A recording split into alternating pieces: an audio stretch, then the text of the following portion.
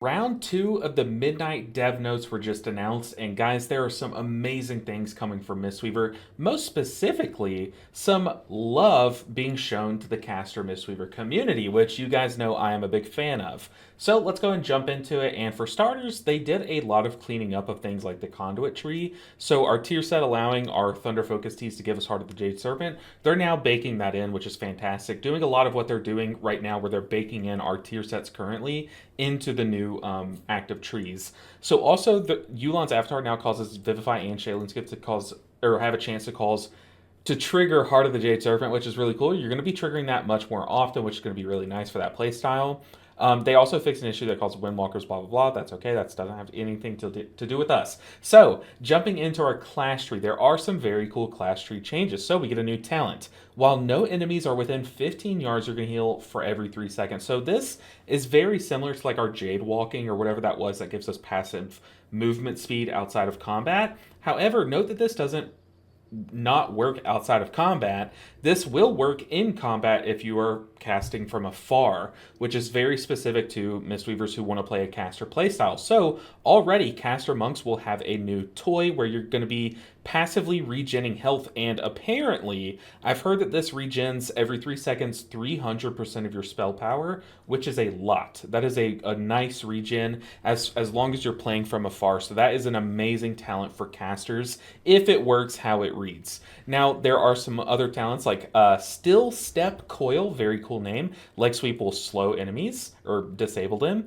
Serene Surge, after casting Enveloping Mist, your next Shayloons or Vivify will become instant cast. This is going to be a choice node with Vivacious Vivification, and I feel like they're doing this for myself in particular because they know I can't pronounce Vivacious Vivification. Also, Reinvigoration after you detox or dispel someone, it can give them a movement speed buff. This is going to be really nice for like your tank. You know, think of something like Arakara. You dispel your tank, boom, they're zooming. That's really, really cool. Just a nice quality of life, like cool talent. We like that. Vital Clarity. Vivifying Shayloons will critically strike yourself more often, so 15% bonus chance. But it's going to replace that Vigorous Expulsion talent from Mistweaver Monk. So I don't know. We're going to have to test with that, see how the numbers play out, but we're going to have more crits on ourselves, which is going to be nice. Mist Caller. Vivify and Shaylin's Gift trigger an additional Gust of Mist when cast on yourself. This replaces Strength of Spirit and Profound Rebuttal choice node for Mistweaver Monk. Don't really know how I feel about that one too much just yet. However, Ferocity of Zwin, now a 2-point talent. I think they've done a lot of strides in reducing how many 2-point talents like Ferocity of Zwin we have.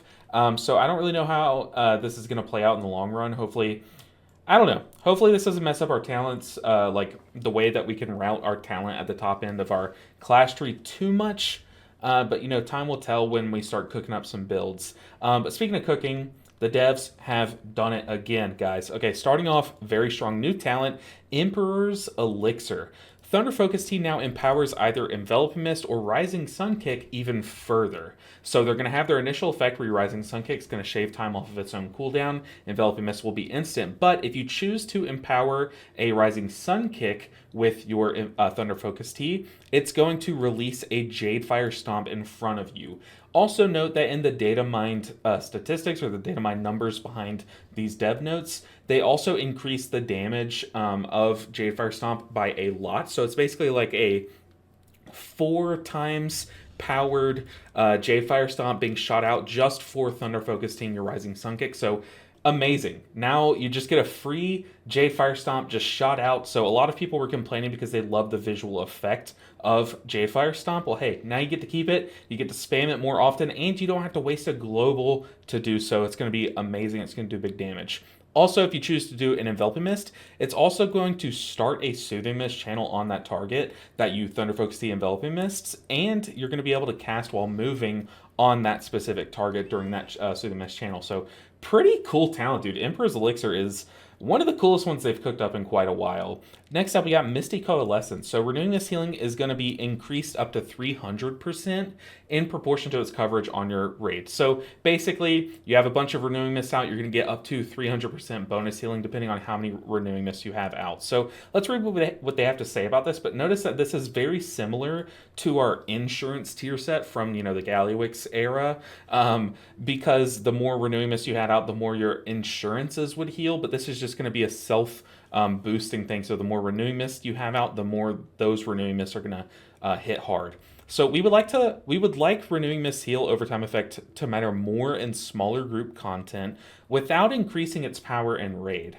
Our intent is that this talent should incentivize the same gameplay loop we want in raid while making the heal over time a good amount stronger elsewhere. So basically, right now, Renewing Mists are very important in raid because of things like Rushing Wind Kick and getting that Rushing Winds buff. But in Mythic Plus, they're not super important, to be honest. So this is just going to be a talent that's kind of going to give you a Rushing Winds-esque buff in both raid and Mythic Plus just for free. So honestly, I actually love this. It's going to be a pretty nice change, honestly, just kind of pacifying or pacifying. I don't know if that's a word, but we're saying pacifying Rushing Winds. And moving on, this is a massive change. So Jade Empowerment. Currently, you press Thunder Focus T, you gain a stack of Jade Empowerment, and you can blast your next Crackling Jade Lightning for like 2,500% damage. It's going to cleave just that one Crackling Jade Lightning, though. So they're actually changing Jade Empowerment. Now it's been redesigned. If you talent into Jade Empowerment, your Crackling Jade Lightning will be permanently 300% stronger, and it will always cleave onto 4 targets. So I'm pretty sure it cleaves at that 300% on every target. So you're basically getting what? 5 times 300, so 1500% of a current Crackling Jade Lightning. So it is much weaker than a Jade Empowerment, even if you're hitting 5 targets. And also I'm pretty sure it's evenly distributed across all 5 targets, which is going to be, I don't know, I really do think that they keep straying further away from that good implementation of Jade Empowerment where it was a lot of single target damage. But hey, honestly, Perma, Crackling Jade Lightning, AoE Cleave, this is kind of going to be pretty big. I think this is, they've already, I guess you can read these dev notes, but they're basically saying they don't want this to do more damage than your base Ancient Teachings like Punch Kick Rotation, because they don't want Caster Monk to do more damage than Fist Weaving Monk, basically. But they do want this talent to perform very well in PvP, and they want to keep an eye on the number for PvE and just keep it below that base Punch Kick Rotation. That way we don't see a crazy swap to Caster, then there would be like a big apocalypse and, everyone would hate it, except for, I guess, me. But honestly, I don't know. I'm going to miss the big, gigantic Jade Lightnings, and I'm going to miss Jade Empowerment being able to be played in a Fistweaver rotation. However, they really want to limit the amount of different ways that we have to just slam health bars up, and they want to kind of condense that number into a lesser, more concise few ways to kind of just like Shayloons to just slam health bars up instead of having like 20 different ways and all like 10 of those 20 are Crackling Jade Lightning, you know what I mean? So all in all, big change for casters. This is going to be amazing. And moving on, and keep in mind we still have Way of the Serpent or whatever it's called, where you're going to be able to use your Jade Lightnings while moving, which is going to be pretty sick. Dude, Caster Monk is going to be so sick next tier. Okay, moving on. Ancient Teachings has also been updated to transfer damage into healing from Jadefire Stomp. So basically, you're going to have your Tiger Palm, Blackout Kick, Rising Sun Kick, Crackling Jade Lightning, and Jadefire Stomp are going to be like the 5 spells now instead of the 4, the 5 spells listed in Ancient Teachings. And that is how your Jadefire Stomp is going to heal. It will no longer heal allies that it shoots through. It's going to heal your allies nearby based on how much damage it does. So you're going to want to basically play this in a Jadefire Teachings build still. So it's going to play really well with a Jadefire Teachings build, which, is kind of going to play weird with Caster because Jadefire Teachings is still on a choice node with Rushing Wind Kick. But hey, speaking of Rushing Wind Kick, what's going on with Rushing Wind Kick? Well, it's seeing a lot of changes.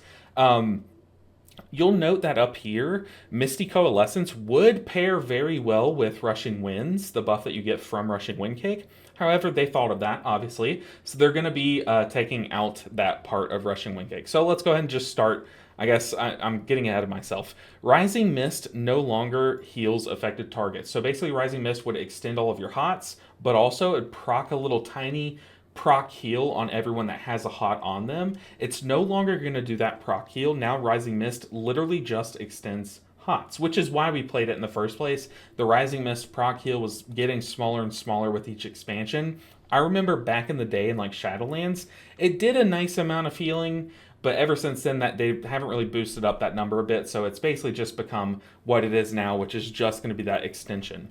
However, they are adding that extension or that proc heal onto Rushing Wind Kick, which actually looks very, very good. So Rushing Wind Kick no longer increases the healing of Renewing Mist. So basically they're removing that little Rushing Winds thing where you gain 4 seconds of boosted Renewing Mist healing after you Rushing Wind Kick. And instead, it's going to kick up a proc heal on up to 5 allies that need healing, that have hots on them. So they're still keeping a proc heal, except they're instead of making it on all targets that have a hot on them, it's going to be only up to 5. However, it's going to proc a lot more, so it's going to be more condensed. It's going to be very, playable in a 5-man environment, like a Mythic Plus for a caster build. If you want to play a Rushing Wind Kick build in caster, Mythic Plus, that'd be pretty sick. So yeah, I think this is fantastic. I think no objections here. I think the Rising Mist proc was just getting weaker and weaker, the actual heal part of it, not the extension. It keeps the extension. Everyone's happy, I think. Moving on, they have moved the Tea of Plenty. So they basically removed those, the talents that gave you either Verse or Mastery or Crit or Haste, those little stat boosty talents.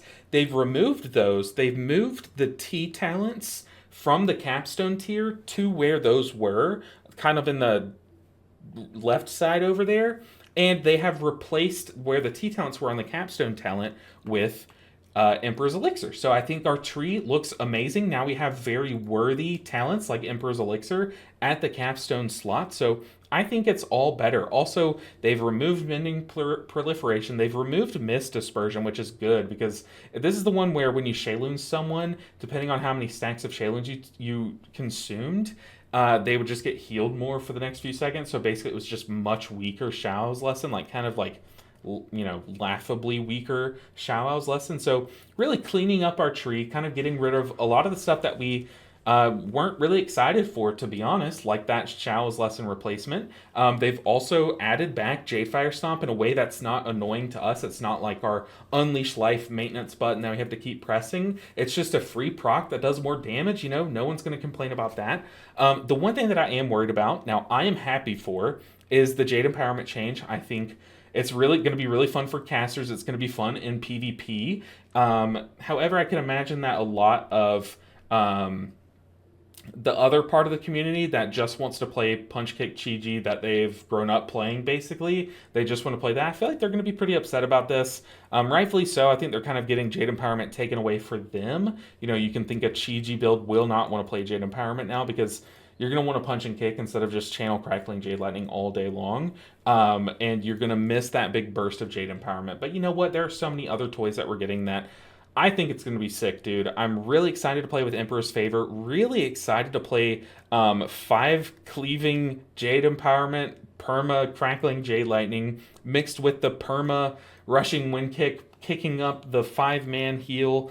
I think this is going to be a very fun iteration of Mistweaver. I think Midnight's looking to be one of the most fun times to play Mistweaver. I think there's going to be 2 or 3 very capable builds. Obviously, one of them will still be much more viable than the rest in the end game. However, I'm going to try to cook up some fun builds and push them as far as they can go, find their limits. And I think that they are giving us like the shell of some very fun and interactive and engaging builds. What do you guys think? Are you guys happy to see some of these changes? Are you happy? I know a lot of people were very concerned about them removing Jadefire Stomp. Are you happy to see that they're bringing it back in a very cool way? I think this is going to be a much better implementation than the current Jadefire Stomp that we know today. But guys, I think it's a fantastic time to play Mistweaver. I'm excited. Hopefully you guys are excited. If you are, make sure you're subscribed so you don't miss any Midnight Mistweaver content. Hopefully, I have a lot coming to you once I get access to the beta. I'll crank out a ton of caster and regular Mistweaver videos. Guys, thank you so much for watching this video. Like it if you liked it. If you didn't like it, dislike. You know, it gives me a good metric to know what you guys like and dislike. Guys, I'll see you in the next video. Until then, take care, guys.